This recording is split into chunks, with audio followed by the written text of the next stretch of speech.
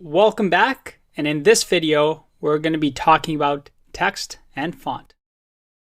Let's go back to the About page. It looks quite lonely and empty right now. I'm going to turn off the hover effect because it can get kind of annoying after a bit.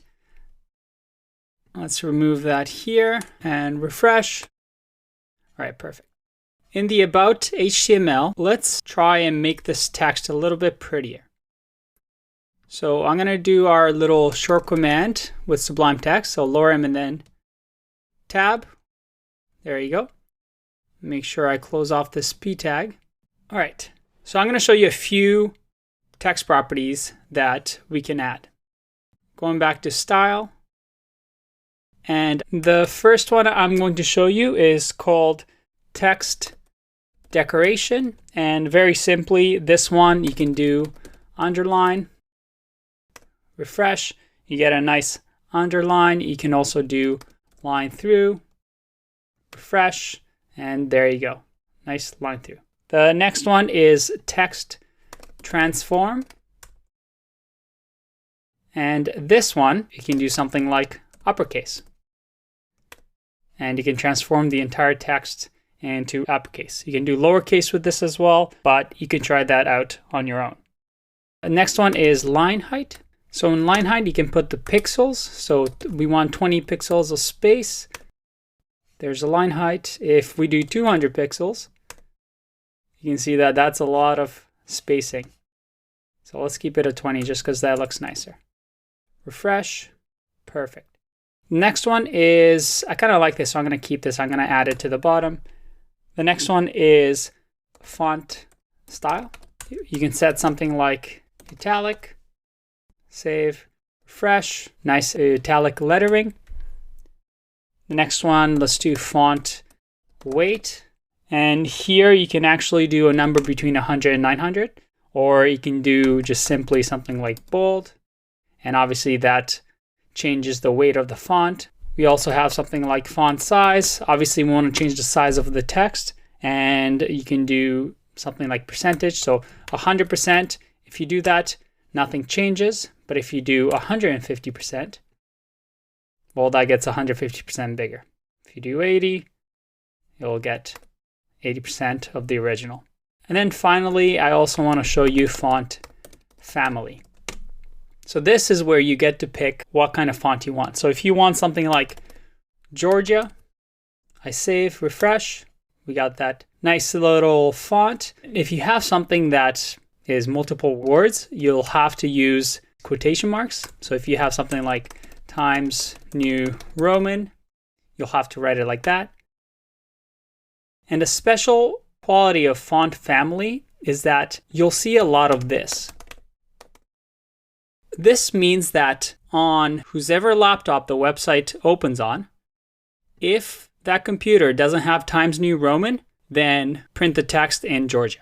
And you can have multiple of these separated by comma.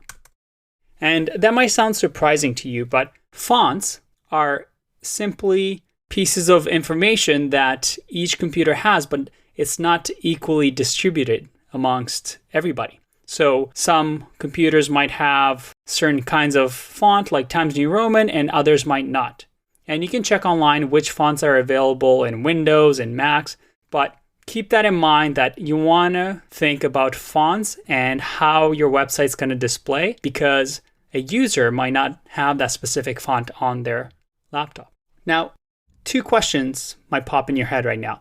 One is, Andre, what if I have this super awesome custom font and I want to use that? And the second one is, how do we make sure that a user always sees the same font on a website, even if they don't have it on their computer?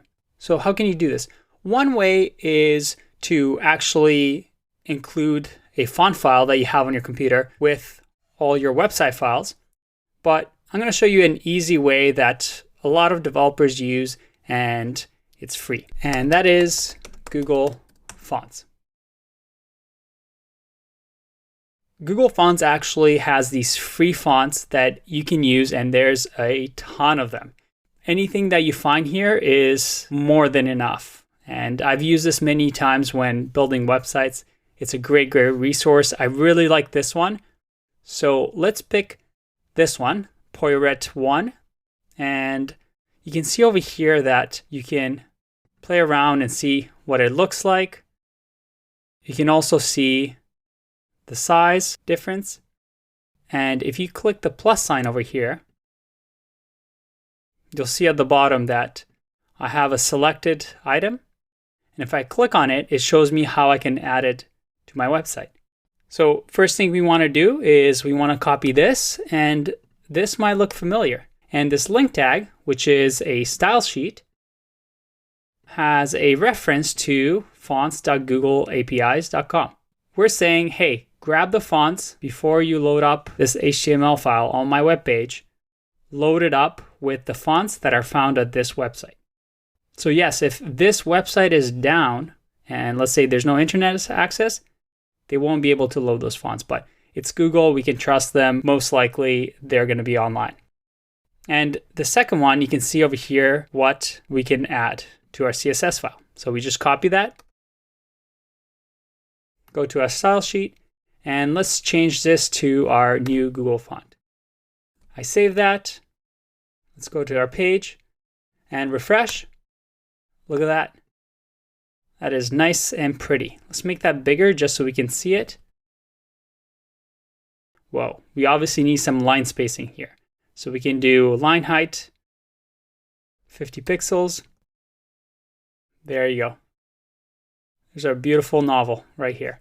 So that's how you want to add fonts to customize your website. One thing you might think about, and this is something that we'll get into in the advanced CSS section, is that by loading this, we're actually making our website a tiny bit slower, because now, in order for this website to load, we need to grab the style sheet that we've created, plus go to this link and grab our font. Again, something that we don't want to worry about yet, but things to keep in mind. And in the advanced section, we'll cover that a little bit further. But there you have it. There are your general text-based, font-based properties. I'll see you in the next one. Bye-bye.